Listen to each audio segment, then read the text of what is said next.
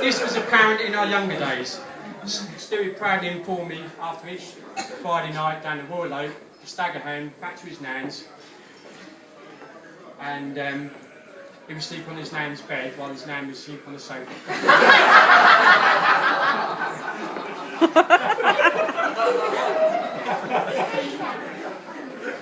Another forte of Stewie's significant lack of BPH, basic personal hygiene. In Stewie's eyes, washing was a sign of weakness.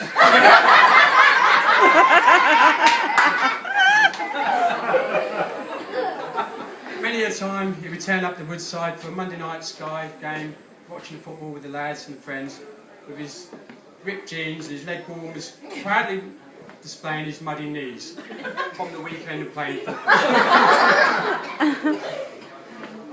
It was only when we went to a Friday night game, we still had mud on his knees, and we became all a bit concerned. Right, I will now pass you on to Mickey C. Thank you. So there's not really much more that I can add about Stewie. No, actually, there probably is. So picture the scene. Recent trip to Benidorm. So Gatwick Airport, 6 AM. Baggage security check. Stewie gets pulled over. Excuse me, sir. I think you need to put those toiletries in a clear plastic bag if you want to keep them. So Stewie was given two clear options here. He either paid £1 for a clear plastic bag, put the toiletries in them, carried on through the departure lounge, or he surrendered his toiletries to the authorities that be. So to Stewie, clearly this was a no-brainer. So he promptly informed a member of staff to keep his toiletries, and off he went through, thus saving himself £1 instantly. So my instant reaction was obviously, what on earth are you doing, Stu? What are you going to wash with? So he just calmly said, hey, not a problem. It's only 4 days and I'll be in the swimming pool most of the time. But in addition to struggling to keep himself clean, Stewie also struggles to keep his cars clean. So on many occasions I've witnessed more rubbish in the footwell of Stewie's car than the average family has in their wheelie bins. So Stewie always maintained that he was making compost, but I doubt that somehow. So, but despite these tramp-like qualities that Stewie has, he somehow manages to hold down a full-time job in an office. And he's actually fathered 2 wonderful children in Tash and Livy. Now that in itself is actually quite a feat.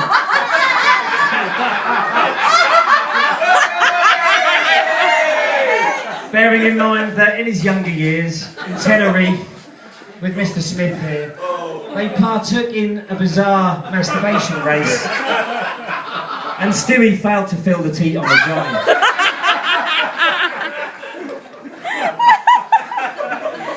But as Stewie careered into his 40s, and just as his annual membership to the Caravan Club hit his doorstep, he had a midlife crisis. He purchased a convertible car on his credit card, and then a bachelor pad in the city, probably on his credit card. He decided to update his wardrobe from B&Q.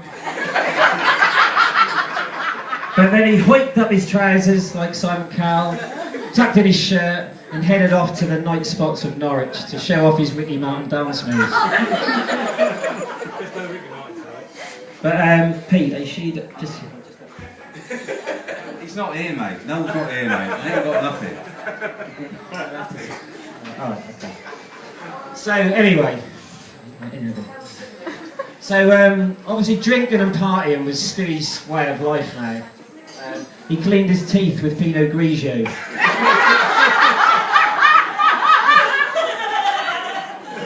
He took his kids on shopping trips to Poundland.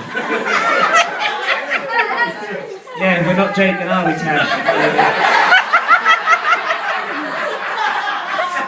Then with your newfound toys, he spent wonderful long weekends with them in the plasterer's arms.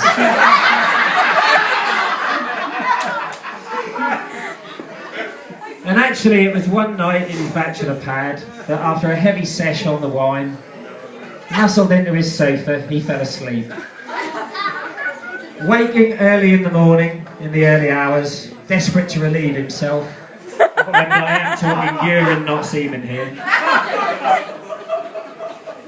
So he did so in a discarded empty bottle nearby, rather than tread the treacherous 2 metres to the nearest toilet. And job done, he settled back down, nestled into his sofa to finish his kit. On waking in the morning, before he got ready for work, he picked up his half-full beloved bottle of white, which was actually a little bit yellow, and placed it into the fridge. Needless to say, later that evening, Stewie found that chilled piss tastes no better than warm piss.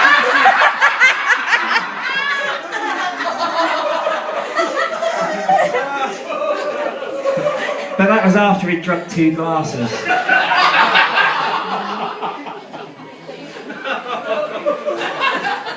But during these wild days, he discovered a rare gem in Cheryl.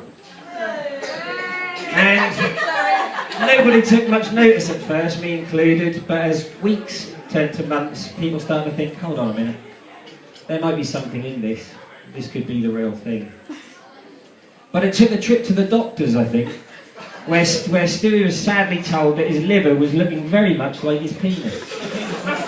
Small, shrivelled, and in a very, very poor state. Then Stewie finally realised how happy Cheryl and her family made him. So he decided that now was the time to settle down and take things to the next level. So he asked her if they wanted to hold hands, and they did. And he moved in together. And that was really where the story begins. So, Pete, come on, you're going to have to say something. You're going to be How can I follow that? How can I follow that? Well done, Mike. As most of you know, when Stu came round to writing a best man speech, he asked somebody else to do it because he couldn't be asked. So I thought I'd return the favour tonight and ask Nolan to write a few words about Stuart. He sends his best from the other side of the world, and here's what he had to say. Holidays. It didn't matter whether it was Ibiza in '88, Shagaluf in '89, Kavos in 1990, or Marriott in 1991. There was always things that you could rely on for Stuart. Number 1. Fashion.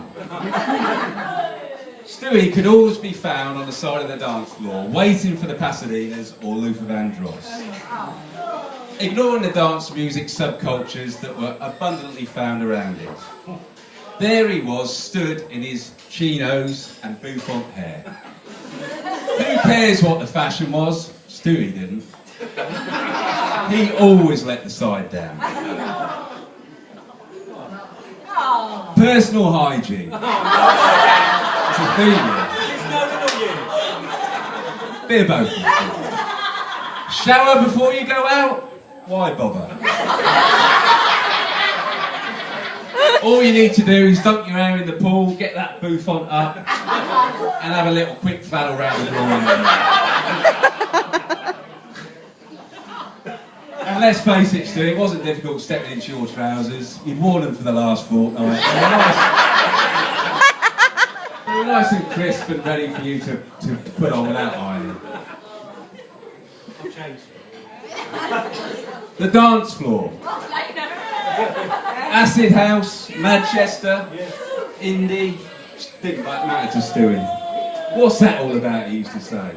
Just give me a bit of loofah and I'm happy. So there he was, stood on the side of the dance floor, waiting for never too much to come on. I can show people my moves, the chicks will love it. Never too much? Seriously, Stu, your moves were far too much most of the time. Personal hygiene, part 2. Who wants to share a room with Stewie? Come on, share with Stewie. Always a pleasure, never a chore. Just ensure you knock on the door before you come in.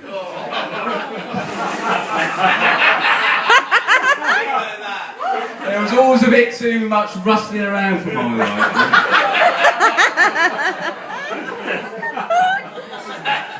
My kids are here. Cheryl, I really hope he has changed. I really do. Please tell me he has. I guess you do have one advantage. Because he spends so little time in the bathroom, you've got it all to yourself.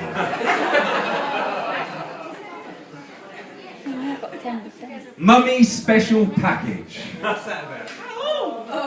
Whenever Stewie went on holiday, he used to pull out this little envelope at the end of the holiday when he'd spent all his money on girls, gambling and drink and whatever else.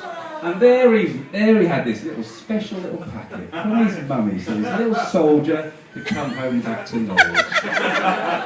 He didn't have much washing though, I'm sure, did he?